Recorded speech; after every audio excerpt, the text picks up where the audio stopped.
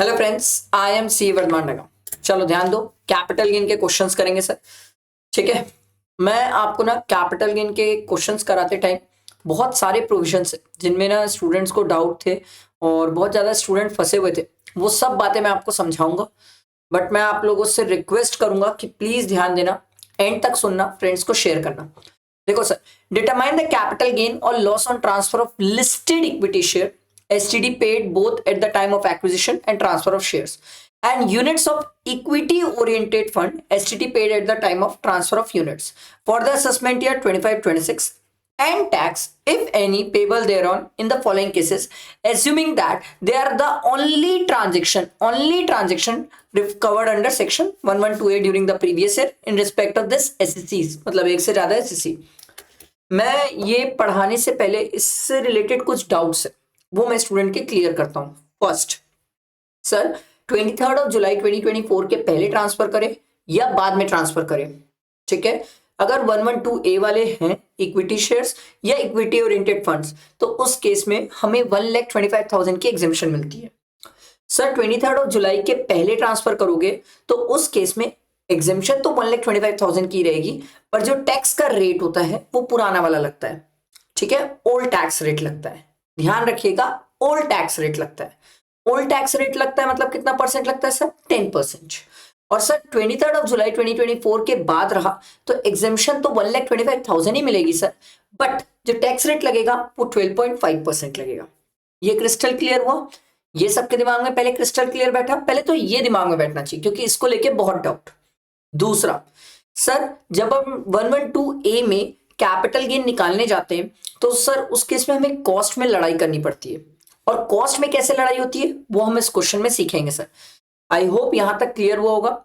इसके बाद भी अगर इस टॉपिक से रिलेटेड अगर कोई डाउट आया तो मैं आगे आपको बताते जाऊंगा सर। ठीक है, तो देखो, मिस्टर शगुन है, ठीक है, mister Shagun purchase 300 shares of A limited on 25/5/2017 at a cost of 400 rupees per share. He sold all the shares of A Limited on 31st May 2024 sir, 23rd जुलाई के पहले ट्रांसफर किया। ठीक है, for 1200। The price at with this shares are traded in the national stock exchange as on 31st January 2018 is as follows. Highest, average और lowest price दी हुई है। आओ कुछ बातें करते हैं क्योंकि बातें बहुत जरूरी है सर। सर 112A की बात कर रहे हो आप सर? सर जब आप 112A बोलते हो सर, तो सर क्या 31 जनवरी 2018 से बिफोर परचेज है? हाँ सर। क्या ट्रांसफर आफ्टर है sir? Yes sir, transfer after है और परचेज बिफोर है सर। सर इससे क्या फर्क पड़ता है? इससे फर्क ये पड़ता है सर कि इस केस में कॉस्ट निकालने का फॉर्मूला होता है सर, और कॉस्ट निकालने का फॉर्मूला ये होता है सर कि हम सबसे पहले स्टेप 1 लेते हैं।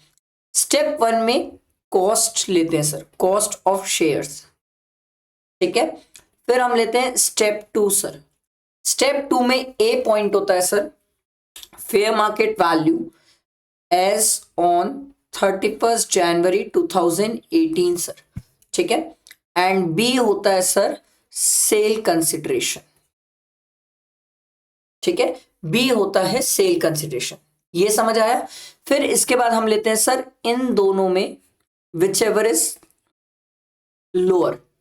तो सर हमारी जो लोअर वाली अमाउंट आती है इसको हम कंपेयर करते हैं स्टेप 1 वाले से, कॉस्ट से। ठीक है, दोनों में लेते हैं विच एवर इज हायर। अब मैं आपको ये अप्लाई करके दिखाऊंगा सर। एक स्टूडेंट ने बोला सर हर बार कॉस्ट निकालने के लिए ये अप्लाई करना होता है? नो, ये हम तभी अप्लाई करते हैं जब कोई पर्सन 31 जनवरी 2018 के पहले परचेज किया और ट्रांसफर उसके बाद किया, तभी ये कहानी होती है सर। सर मान लो अगर कोई 31 जनवरी 2018 के बाद ही परचेज किया हो और बाद में ही ट्रांसफर कर रहा हो, तो क्या कॉस्ट इस तरीके से निकाली जाएगी? नो सर, कोई पर्सन ने 31 जनवरी 2018 के पहले खरीदा हो और सर ट्रांसफर भी 2018 के पहले कर रहा हो, तो वो आपके एग्जाम में आएगा ही नहीं। ये तो कॉमन सेंस है ना सर।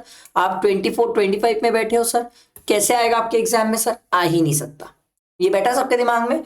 अब कहानी आगे बढ़ती है सर। ठीक है, अब मैं इस क्वेश्चन में चलता हूं। मुझे इस क्वेश्चन में क्या बोला है सर? सर इसने परचेज किया है 300। अच्छा, एक और पॉइंट है जिसपे एक स्टूडेंट का डाउट आ सकता है सर, हमें फेयर मार्केट वैल्यू जो लेनी रहती है वो फेयर मार्केट वैल्यू कौन सी लेनी रहती है सर? हाईएस्ट वाली लेनी रहती है, ये ध्यान रखेंगे सर। हाईएस्ट वाली हमें फेयर मार्केट वैल्यू लेना रहता है, वो आपको लोएस्ट भी देगा और आपको एवरेज भी देगा। जैसे आप इस क्वेश्चन में चाहो तो एक मिनट देख लो, आप आराम से देख लो, वो जानबूझ के आपको एवरेज भी देते हैं लोएस्ट भी देते हैं ताकि एक स्टूडेंट कंफ्यूज हो जाए।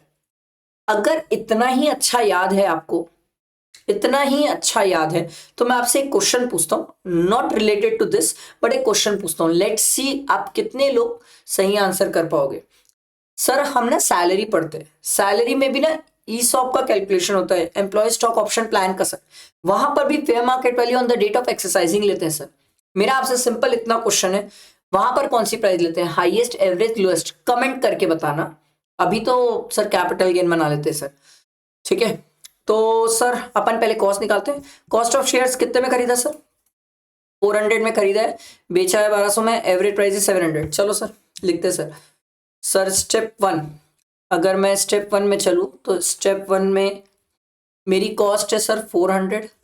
स्टेप 2 सर, स्टेप 2 में sir a fair market value है 700, सर सेल कंसिडरेशन है 1200, दोनों में whichever is lower sir, तो लोअर कौन सी वैल्यू आ जाएगी सर? 700।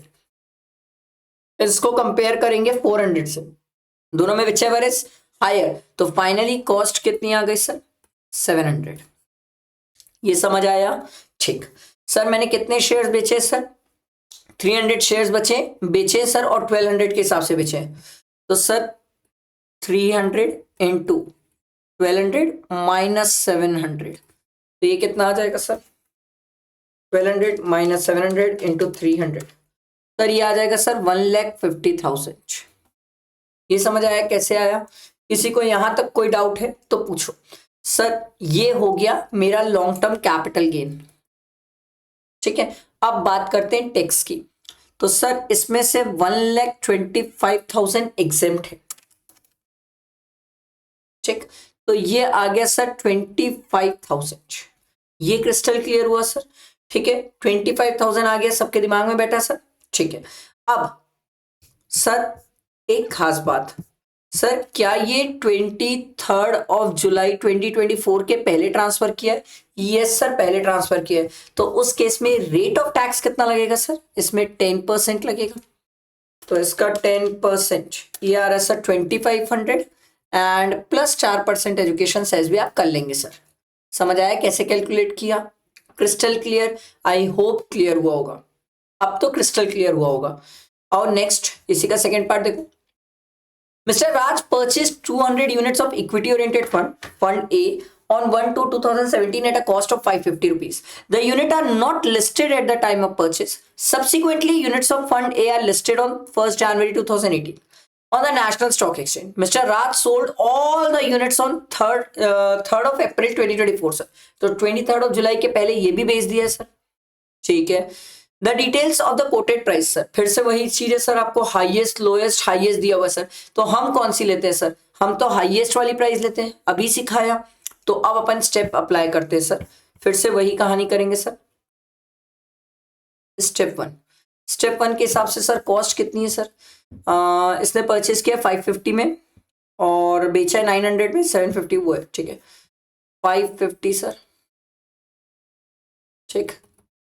स्टेप 2 सर, स्टेप 2 में सर फेयर मार्केट वैल्यू कितनी थी? 750 ना, हाँ फेयर मार्केट वैल्यू 750 सर, ठीक है। सर बेचा कितने में सर? 900, दोनों में whichever is lower sir, lower कितना आ जाएगा सर? 750। इसको किससे कंपेयर करेंगे? 550 से, दोनों में whichever is higher, higher मतलब सर कॉस्ट मेरी आ जाएगी सर 750, ठीक है। अच्छा अब मैंने कितने शेयर्स बेचे सर? 200 यूनिट्स बेचे सर 900 में, है ना। तो सर मैंने बेचा है सर 200 यूनिट,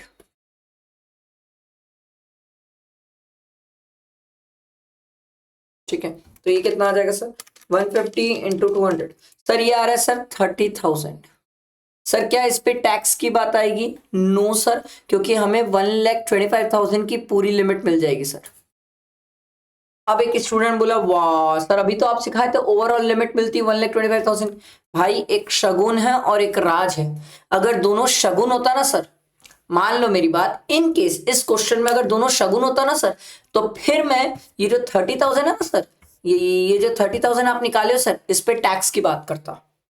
समझ आया?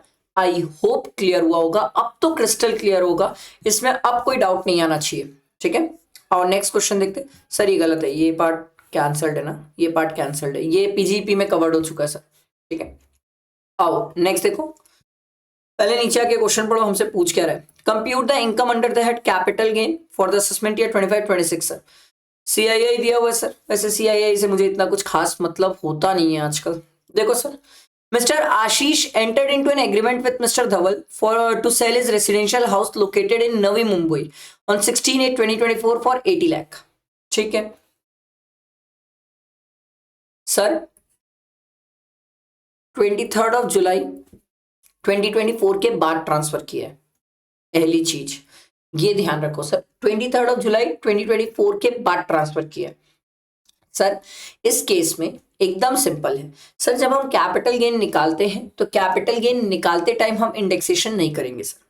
ठीक है, जब कैपिटल गेन कंप्यूट करेंगे तब इंडेक्सेशन नहीं कैलकुलेट करेंगे, मतलब इंडेक्सेशन नहीं करेंगे, हम सीधा कॉस्ट माइनस कर देंगे, पहली चीज। दूसरी बात सर, इस क्वेश्चन में तो हमें compute the capital gain amount पूछा है सर, तो सर टैक्स लायबिलिटी नहीं पूछा। गलती से अगर इस क्वेश्चन में टैक्स लायबिलिटी बोल देता सर, तो उस केस में ना फिर हम लैंड और बिल्डिंग दोनों के केसेस में हमें ऑप्शन मिलता है कि आप पुराना इंडेक्सेशन करके टैक्स निकाल लो और नए तरीके से टैक्स निकाल लो, और दोनों में से जो बेनिफिशियल रहेगा एसएससी को वो प्रोवाइड कर दो। ये बात समझ आई सर? ये बैठा दिमाग में? ठीक है। The sale proceed are to be made in the following manner: 20% of the account pay bank draft on the date of agreement, 60% on the date of possession of the agreement, and balance after the completion of the registry of the title of the property. Mr. Dhaval has handed over the possession of the property on 15/12/2024, and the registration process was completed on 14 January.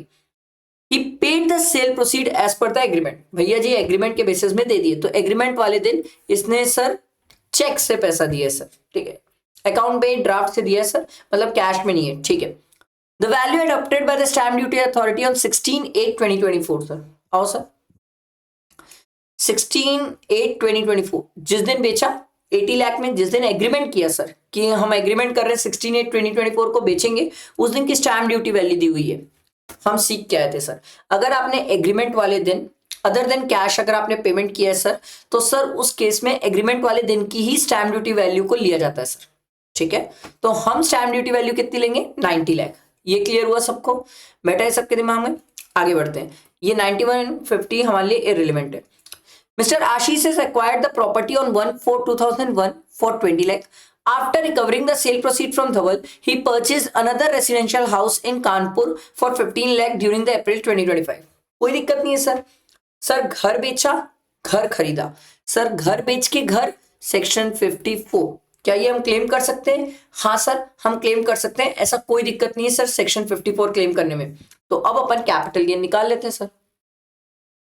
कैसे निकालेंगे sir? Simple, आप सब student exam में यहां लिख के आएंगे sir, computation of capital gain लिख के आना सर, वो हमसे जो पूछा है वो लिख के आना sir. Computation of capital gain under the head capital gain, sorry, computation of capital gain for the assessment year 25-26 of mister Dhawal, लिख के आना, ये लिख के आना। अगर कोई स्टूडेंट ये सब नहीं लिखता ना सर, तो बहुत गलत है, बहुत ज्यादा ही गलत है सर।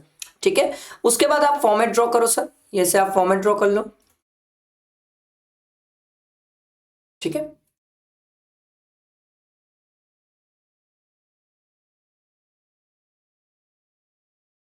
पर्टिकुलर्स ग्रुप है, सबसे पहले लिख लो सर सेल कंसीडरेशन। अच्छा, अब एक स्टूडेंट के मन में क्वेश्चन है, सर क्या सेल कंसीडरेशन से रिलेटेड भी हमें वर्किंग नोट देना पड़ेगा? आप चाहो तो यहां पर लिख सकते हो कि आपने सेल कंसीडरेशन क्या कंसीडर क्यों क्यों कंसीडर क्यों। अब जैसे मैं इस क्वेश्चन में आपसे बात करूं, तो सर इसने बेचा है 80 लाख में, ठीक है, और इसकी स्टैम्प ड्यूटी वैल्यू 90 लाख है। मैंने आपको एक तरीका बहुत सिंपल सिखाया है कि sir as per section 50C हम बहुत सिंपल करते हैं सर, एकदम simple sir. Sale consideration plus 10% करो, और चेक करो क्या स्टैम्प ड्यूटी वैल्यू इसके बीच में कवर्ड हो रही है कि नहीं। ठीक है, तो मेरा सेल कंसिडरेशन है सर 80 लाख प्लस 10% किया तो 88 लाख आया। सर मेरी स्टैम्प ड्यूटी वैल्यू तो ज्यादा है सर, तो इस केस में ये जो स्टैम्प ड्यूटी वैल्यू है यही मेरा सेल कंसिडरेशन हो जाएगा। Very simple. तो सर मेरा सेल कंसिडरेशन हो गया 90 लाख। क्लियर। माइनस सर क्या एक्सपेंसेस है इस क्वेश्चन में? नो, इस क्वेश्चन में ऐसा कोई एक्सपेंस है नहीं। तो सर नेट सेल कंसिडरेशन भी यही आएगा minus sir cost of acquisition. Sir index मत करना सर, कॉस्ट ऑफ एक्विजिशन। अब कितने में घर खरीदा था ये? सर 20 लाख में सर दिया हुआ सर 20 लाख, तो यहां 20 लाख अपन माइनस कर लेते हैं सर, तो ये आ गया 70 लाख, ये मेरा आ गया। ठीक है, इसके बाद माइनस सर यहां पर लिखेंगे आप एग्जेम्पशन अंडर सेक्शन 54 एग्जेम्पशन लिखेंगे सर, और एग्जेम्पशन कितनी है सर 15 लाख की। तो सर 15 लाख की एग्जेम्पशन ये कितना आ जाएगा सर 55। क्लियर। ये आ जाएगा sir long term capital gain chargeable to tax. आया समझ? Long term capital gain chargeable to tax, ये तो आपका लॉन्ग टर्म कैपिटल गेन आया था सर। ठीक है, ये लॉन्ग टर्म कैपिटल गेन आया था और नीचे चार्जेबल टू टैक्स आया सर। ये क्रिस्टल क्लियर हुआ कैसे बना? सिंपल क्वेश्चन, कुछ टिपिकल नहीं था सर। अब टिपिकल कब होता पता है सर? जब इस क्वेश्चन में आपको बोलता सर टैक्स निकाल के दिखाओ।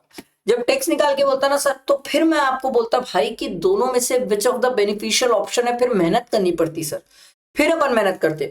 पर याद रखना सर, टैक्स निकालने के टाइम जब आपको मेहनत करना पड़े, तो मेहनत जब आप करोगे तो ध्यान रखना वो सिर्फ लैंड और बिल्डिंग में करना सर, किसी और दूसरे एसेट्स में ये हमारे पास ऑप्शन नहीं है सर। ये चीज का ध्यान रखना, ये गलती बस मत कर लेना। ठीक है, तो एग्जाम में अच्छे से पढ़ के जाना कि वो आपको इनकम फ्रॉम कैपिटल गेन बोल रहा है कि टैक्स अंडर कैपिटल गेन बोल रहा है। टैक्स बोलेगा तब मेहनत करना। ठीक है, आई होप क्लियर हुआ होगा। आओ नेक्स्ट क्वेश्चन देखते हैं सर। देखो sir, compute the capital gain chargeable to tax for the assessment year 25-26 और सीआईआई भी दिया हुआ है सर। सीआईआई से मुझे कुछ खास ज्यादा प्यार नहीं है आजकल। वैसे मैं आपको बताऊं, मेरा तो मन है कि आप लोग इसका प्रैक्टिस जरूर करना, आप इसका प्रैक्टिस जरूर करना सर। मेरे हिसाब से तो हर एक स्टूडेंट ना इसका प्रैक्टिस करना सर, और प्रैक्टिस करके ना टैक्स निकालना सर, नहीं तो और कब सीखोगे मेरे को ये बताओ सर। सर एक तो ये आप निकाल लियो सर विदाउट इंडेक्सेशन वाला। सर इसमें तो आप 12.5 मल्टीप्लाई कर लोगे तो टैक्स आ जाएगा।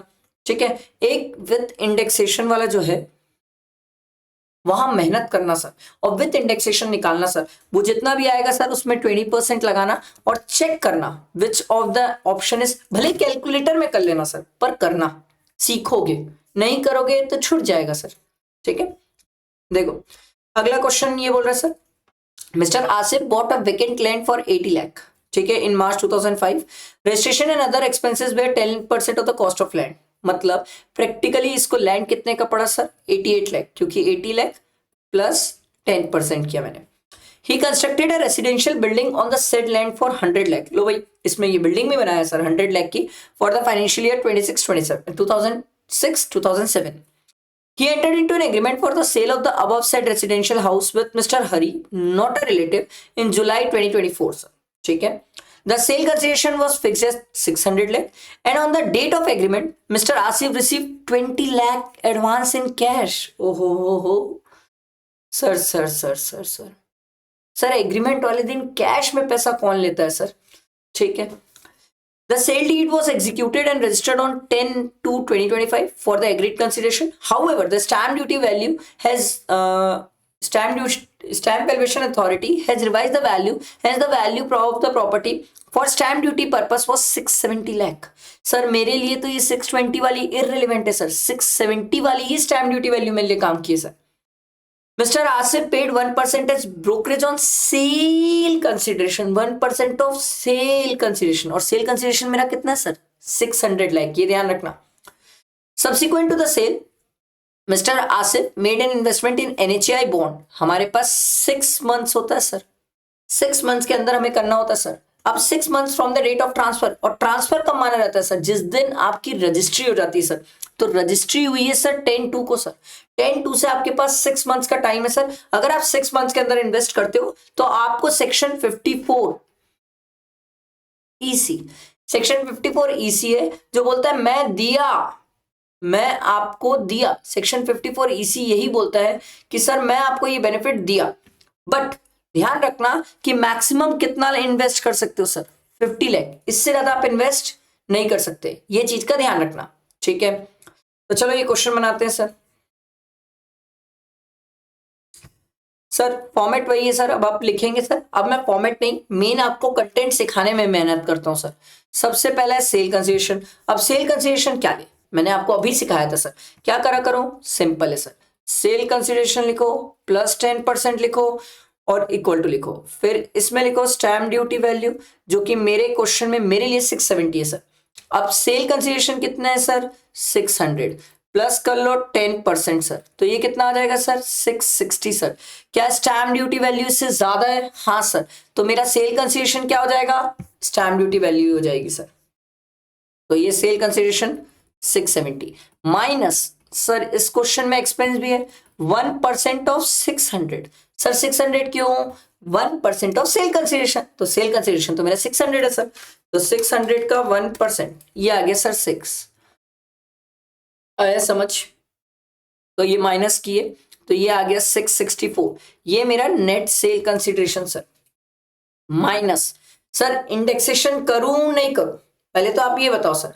सर मत करो सर, सर क्यों क्यों क्यों इंडेक्सेशन क्यों नहीं करना है सर। सर आप ध्यान दो, तो ये जो प्रॉपर्टी ट्रांसफर हुई है सर, ये जुलाई में हुई है सर, ये प्रॉपर्टी ट्रांसफर जुलाई में हुई है सर, ठीक है।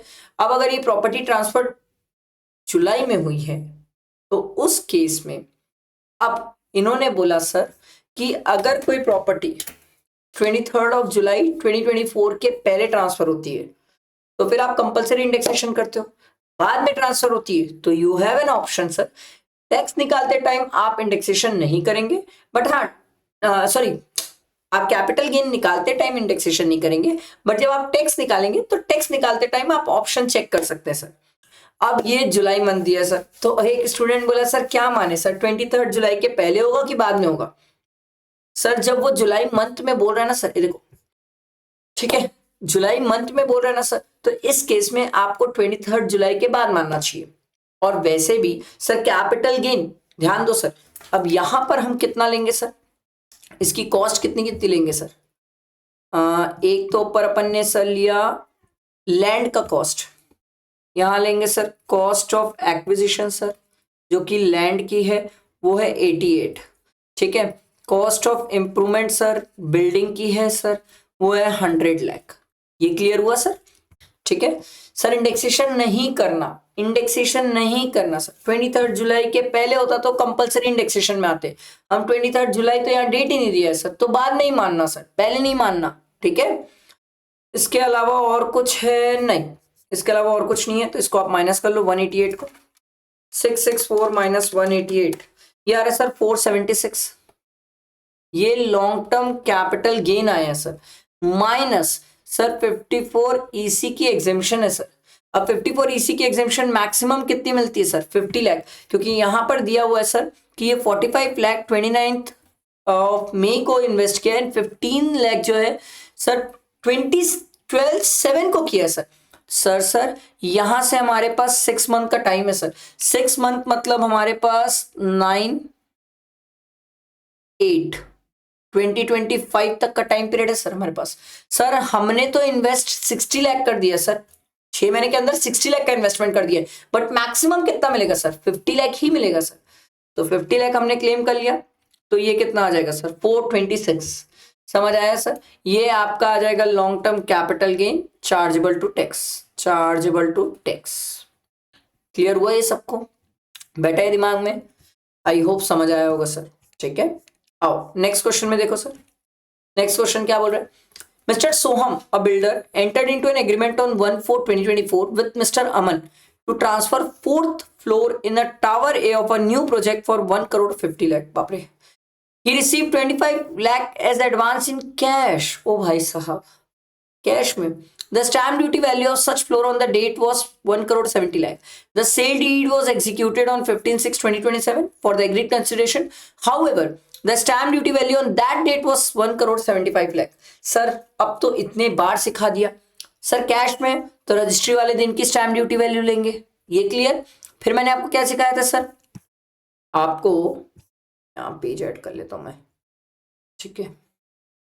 आपको क्या सिखाया था सर मैंने कि सर सेल कंसिडरेशन प्लस 10% करो और स्टैम्प ड्यूटी वैल्यू ले लो। सर मेरे केस में स्टैम्प ड्यूटी 1.7 CR है, 1.75 CR है ना, हाँ। और सर मेरा सेल कंसिडरेशन कितना है, 150 है। तो सर 150 प्लस 10%, सर ये 165 आ जाएगा। सर क्या मेरी स्टैम्प ड्यूटी वैल्यू इससे ज्यादा है, हाँ सर। क्या मेरा सेल कंसिडरेशन यही हो जाएगा, हाँ सर मेरा सेल कंसिडरेशन यही हो जाएगा सर, ठीक है। आपसे कॉन्सिक्वेंसेस पूछ रहे हैं इन द हैंड्स ऑफ सोहम, ठीक है, और अमन। तो सर एक आपको सोचना है, देखो सर सोहम बिल्डर है, अब बिल्डर है तो सेक्शन 43 CA अप्लाई होगा, ये ध्यान रखना सर, ठीक है। और विथ अमन टू ट्रांसफर, अमन के बारे में कुछ दिया है नहीं, तो अमन के हाथ में सेक्शन 56 में IUS में टैक्सेबिलिटी आएगी। सर कैसे, सिंपल है सर, इसके लिए आपने स्टैम्प ड्यूटी वैल्यू ये कंसीडर की है सर बिल्डर के लिए, माइनस कर लोगे कॉस्ट, बचा हुआ टैक्स। और जो सर अमन है, अमन सर अमन के हाथ में 1.75 माइनस 1.50, सर ये आ जाएगा 0.25 CR सर। ये अमन के हाथ में IUS में टैक्सेबल है सर। सर कहां पढ़े सर, सेक्शन 56 में पढ़े सर, जहां पर कोई पर्सन किसी को इमोरल प्रॉपर्टी ट्रांसफर करता है फॉर इनएडिक्वेट कंसिडरेशन एंड जहां पर 10% एंड 50,000 से ज्यादा का डिफरेंस हो, तो सर है ना सर, बहुत बड़ा डिफरेंस है सर, 25 लाख का डिफरेंस है सर। आई बात समझ, सोहम और अमन का समझ आया। बस ये ध्यान रखना था सर कि सोहम बिल्डर है सर। अच्छा पता है इंटर लेवल पे तो यहाँ कहानी खत्म हो जाती है, बट मैं आपसे एक छोटी सी बात शेयर करता हूँ। अगर मान लो अमन भी बिल्डर होता ना सर, तो अमन के हाथ में आप सेक्शन 56 अप्लाई नहीं कर पाते, ठीक है। इंटर लेवल के लिए इतना रिलेवेंस नहीं रखता, बट स्टिल मैं आपको नॉलेज के लिए बता दिया।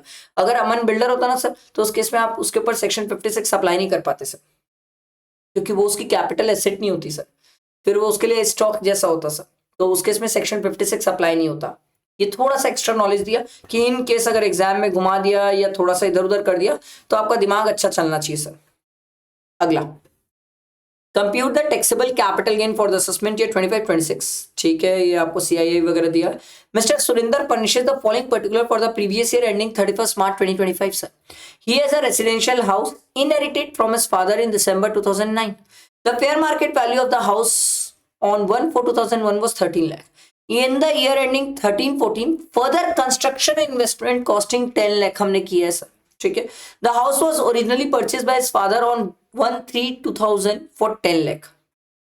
तो हम तो सीख क्या है सर, अगर सर कोई एसेट है जो 1/4/2001 के पहले परचेज है सर, तो उस केस में कॉस्ट और फेयर मार्केट वैल्यू दोनों में whichever is higher subject to stamp duty value, मतलब स्टैम्प ड्यूटी वैल्यू से आपकी ज्यादा वैल्यू हो नहीं सकती सर। तो इस केस में सर फेयर मार्केट वैल्यू 13 है, कॉस्ट 10 है सर, दोनों में whichever is higher 13, but subject to stamp duty value. आगे पढ़ते हैं sir. On 10/5/2024 the house was sold, sir 10/5/2024 sir, ध्यान रखिएगा सर, 23rd जुलाई के पहले भेज दिया। The house was sold for 85 lakh. Expenditure in connection was 50,000. On 2012-2024, he purchased a residential house for 12 lakh and he does not own any other house. आपको बता रहा है सर, घर बेच के घर खरीदा है सर। तो सर ये क्वेश्चन तो मेरे हिसाब से सिंपल हो जाता है सर, बहुत सिंपल। अब देखो यहां पर सबसे पहले सेल कंसिडरेशन की बात करें, क्योंकि स्टैम्प ड्यूटी वैल्यू पे भी लड़ाई नहीं है सर, तो सेल कंसिडरेशन 85 लाख, ठीक, माइनस एक्सपेंस सर 50,000 ही है ना, ठीक है। उसके बाद देखो तो ये आ जाएगा sir 84,50,000 net sale consideration sir, minus कर लो sir cost of acquisition sir. अब एक स्टूडेंट बोला सर यहाँ माइनस कर लो आप कॉस्ट ऑफ एक्विजिशन। मैं बोला भाई साहब आप ध्यान नहीं दिए सर, कब हाउस प्रॉपर्टी ट्रांसफर हुई है सर? 23 जुलाई 2024 के पहले ट्रांसफर हुई है सर, पहले ट्रांसफर हुई है। तो इस केस में सर क्या हम इंडेक्सेशन करेंगे? यस सर, डेफिनेटली इंडेक्सेशन करेंगे सर। अगर 23 जुलाई के बाद होती तो फिर मैं ऐसे ही निकाल लेता सर, कैपिटल गेन इंडेक्सेशन नहीं करना पड़ता सर, फिर वो टैक्स निकालते टाइम देख लेता which of the option is beneficial to me. But sir ये तो 23 जुलाई के पहले ट्रांसफर हो गई है सर, इंडेक्सेशन करना पड़ेगा।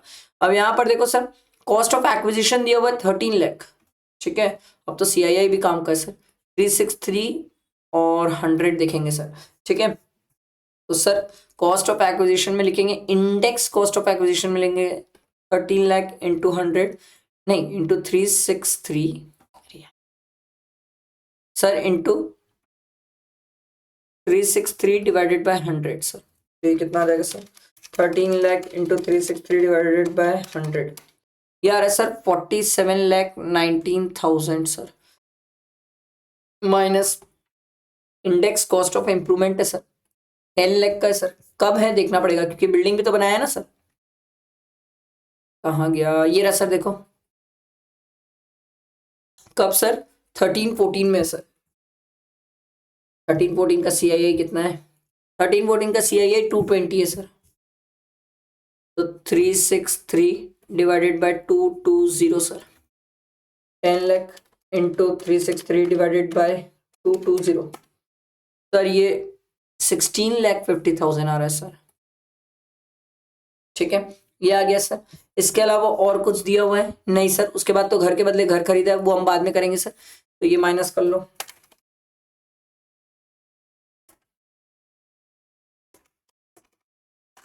ये आ रहा है सर 20,81,000 सर।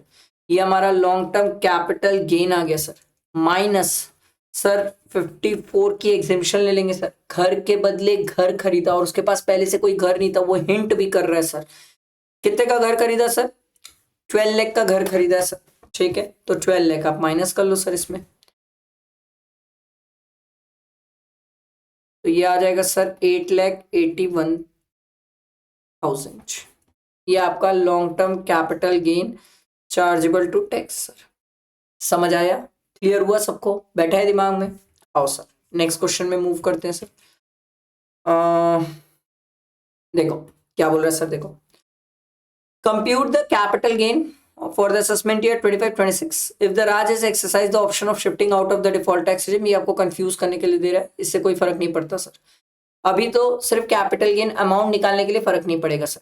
देखो sir, mister Raj a resident individual age 69 years sold an urban agriculture land. ओ भाई साहब, अर्बन एग्रीकल्चर लैंड है सर, अर्बन एग्रीकल्चर लैंड है सर, अर्बन एग्रीकल्चर लैंड है सर, कैपिटल एसेट है सर, ठीक है। For 75 lakh to Mr. Vipul on 15 December 2024 sir 23 जुलाई 2024 के बाद ट्रांसफर किया sir. When the stamp duty value of the agricultural land was 95 lakh sir, stamp duty value दे दिया sir, ठीक है। कितने में बेचा सर? 75। स्टैम्प ड्यूटी वैल्यू कितनी थी? 95। However the agreement to sell the agricultural land was entered on July, अच्छा, however the agreement to sell agricultural land was entered on July 15, 2024।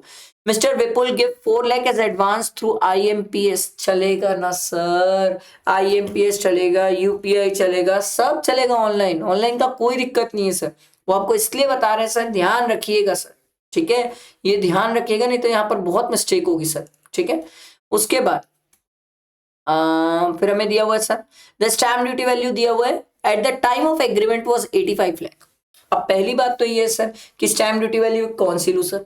एकदम आंख बंद करके क्रिस्टल क्लियर होना चाहिए सर कि सर अगर उसने एग्रीमेंट के टाइम पे जो एडवांस दिया है वो अदर देन कैश दिया है तो एग्रीमेंट के टाइम पे जो स्टैम्प ड्यूटी वैल्यू होगी वही लेंगे सर।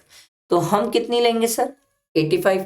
अब तो मैं यहां पर लिख सकता हूं सर 75 प्लस 10% कर लो, ये कितना आ जाएगा सर? 75 लाख प्लस 10% सर, ये आ जाएगा 82.5। सर आपकी स्टैम्प ड्यूटी वैल्यू कितनी है सर? 85। सर क्या ये ज्यादा है? हाँ सर। उस केस में सेल कंसीडरेशन कितना हो जाएगा सर? 85। अब इतने क्वेश्चन के बाद ये तो सीख जाना चाहिए हमें Raj paid 1% as sale consideration as commission to a broker. ठीक है भाई, इसने कमीशन भी पे किया है सर सेल कंसिडरेशन का, तो सेल कंसिडरेशन है 75 लाख, इसका 1%, तो सर 75 लाख, इसका माइनस कर लो 1%। अच्छा माइनस नहीं, माइनस क्यों करूंगा मैं, इसका 1% 75,000 सर। तो अगर चाहो तो इसको आप साथ साथ बना भी सकते हैं सर, अब तो फटाफट बना सकते हैं सर। देखो भाई सेल कंसिडरेशन निकल गया मेरा 85 लाख, माइनस एक्सपेंस दिया हुआ है जो कि 75,000 आया सर। माइनस कर लेता हूँ इसमें से 85 लाख को, तो ये आ जाएगा sir 84,25,000 net sale consideration minus, आगे बढ़ते हैं सर। ठीक है, the land was purchase by him on 15th May 2022 for 10,85,000 and it was being used for agriculture purpose by him since its purchase। ठीक है, पहले ये लैंड परचेज किया था और जब से परचेज किया तब से एग्रीकल्चर पर्पस के लिए यूज हो रहा है, पर दिक्कत ये ना सर अर्बन एग्रीकल्चर लैंड है, दिक्कत ये अर्बन एग्रीकल्चर लैंड है। अगर ये रूरल होता तो छोड़ देता, मैं कैपिटल गेन ही क्यों निकालता, ये चीज का ध्यान रखना। ठीक है, तो सर यहाँ पर सर कितने में परचेज किया, 10,85,000। अब एक स्टूडेंट बोला सर यहाँ पर इंडेक्सेशन, अरे नहीं ना भाई, सर ये कब ट्रांसफर किया, कब बेचा है सर, 15 दिसंबर को सर, 23 जुलाई के बाद ट्रांसफर किया सर। तो उस केस में आप कैपिटल गेन निकालते टाइम इंडेक्सेशन क्यों लाओगे बीच में, तो आप यहां पर सिंपल सर यहां पर cost of acquisition sir 10,85,000 minus कर दोगे सर, इंडेक्सेशन नहीं सोचोगे sir. Mr. Raj purchased another rural land in rural area on 1st January 2025 for 40 lakh and this land was sold। ओहो भाई, पहले तो नया जमीन खरीदा और उसको भी बेच दिया सर मार्च 2026 को फॉर 45 लाख। ठीक है सर, पहले जब ये जमीन बेचा, और ये जमीन कौन सी खरीदा है सर, रूरल लैंड खरीदा है सर। अब यहां पर सर अगर इसने रूरल एग्रीकल्चर लैंड खरीदा है, ठीक है, तो सर इसको एग्जेम्पशन मिल जाएगी सर। रूरल एग्रीकल्चर लैंड खरीदा है तो सर हमने सीख के आया था सर, अगर आप अर्बन एग्रीकल्चर लैंड बेच के अगर वापस रूरल एग्रीकल्चर लैंड खरीदते हो सर, एग्रीकल्चर लैंड खरीदते हो तो आपको सेक्शन 54B बैठा है सर, और आपको बोलता है सर कि सर हम आपको एग्जेम्पशन देंगे 54B में, और जो कि कितनी है सर 40 लाख की। तो पहले 84,25,000 माइनस 10,85,000, ये आ रहा है सर 73,40,000 माइनस 40 लाख सर, ये आ रहा है सर, ठीक है, ये हमारा long term capital gain chargeable to tax आया। ये बात समझ आई सबको, ये बैठा सबके दिमाग में। पर सर एक इतने में बात नहीं रुकती ना सर, बात आगे और भी बनती है सर। ये जो लिया था 40 लाख का लैंड सर, इसको 45 में बेच भी दिया सर। हमने एक बात सीख के आए थे सर, और हमने एक बहुत अच्छी बात सीखी थी सर। हमने बात ये सीखी थी कि सर अगर मैं आपसे एक मस्त वाली बात करूं, एकदम दो मस्त वाली बात बताता हूं। एक तो स्टूडेंट के दिमाग में ये आ गया होगा सर कि जो लैंड से रिलेटेड एग्जेम्पशन लिया था उस लैंड को बेचना नहीं था सर। अब अगर ये बेच दिया तो जो कैपिटल गेन आपने क्लेम किया था वो आपकी कॉस्ट में से रिड्यूस हो जाएगा। तो सर सेल कंसिडरेशन आपका 45 लाख, कॉस्ट आपकी 40 थी, बट आपने एग्जेम्पशन 40 की क्लेम कर ली, तो आपकी कॉस्ट 0 हो गई, पूरा 45 लाख टैक्सेशन में आ जाएगा। Crystal clear. पर मैं आपको एक मस्त ट्विस्ट बताता हूँ इस क्वेश्चन का। बहुत सारे स्टूडेंट है जो ये एग्जाम में करके आएंगे, पर नहीं करना है सर। क्यों नहीं करना है सर, ध्यान दो सर असेसमेंट ईयर 25-26 मतलब प्रीवियस ईयर 24-25, इसी का तो निकालने बैठा हूं मैं।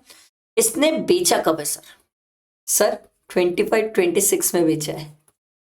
आई बात ट्विस्ट, 25-26 में बेचा है।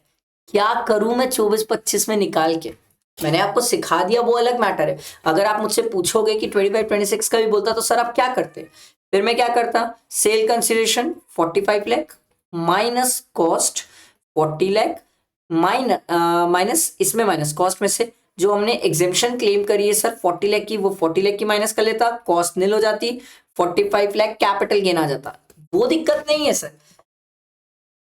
पर इस पॉइंट पे मैंने ये बात सोची ही नहीं सर। सर क्यों? सर प्रीवियस ईयर चेंज हो गया ना सर, जिस प्रीवियस ईयर का मुझे निकालने बोलेगा उसी के लिए तो दिमाग लगाऊंगा ना। आप निकाल के आओ एग्जाम में, अगर आप एक्स्ट्रा भी निकाल के आते हो वो आपको कोई एक्स्ट्रा मार्क्स नहीं देता सर। आई होप मेरी बात क्लियर हुई होगी। ये मैंने आपको कैपिटल गेन के पूरे क्वेश्चंस कराए, आई होप बहुत अच्छी अंडरस्टैंडिंग हुई होगी, क्रिस्टल क्लैरिटी आई होगी, थॉट्स पे क्लैरिटी आई होगी, प्रेजेंटेशन समझ आया होगा। आप इसको लाइक करना, फ्रेंड्स को शेयर करना और आगे भी चैप्टर्स हमें साथ में करना सर, मेरे साथ ही बने रहना सर, ठीक है। चलो, थैंक यू।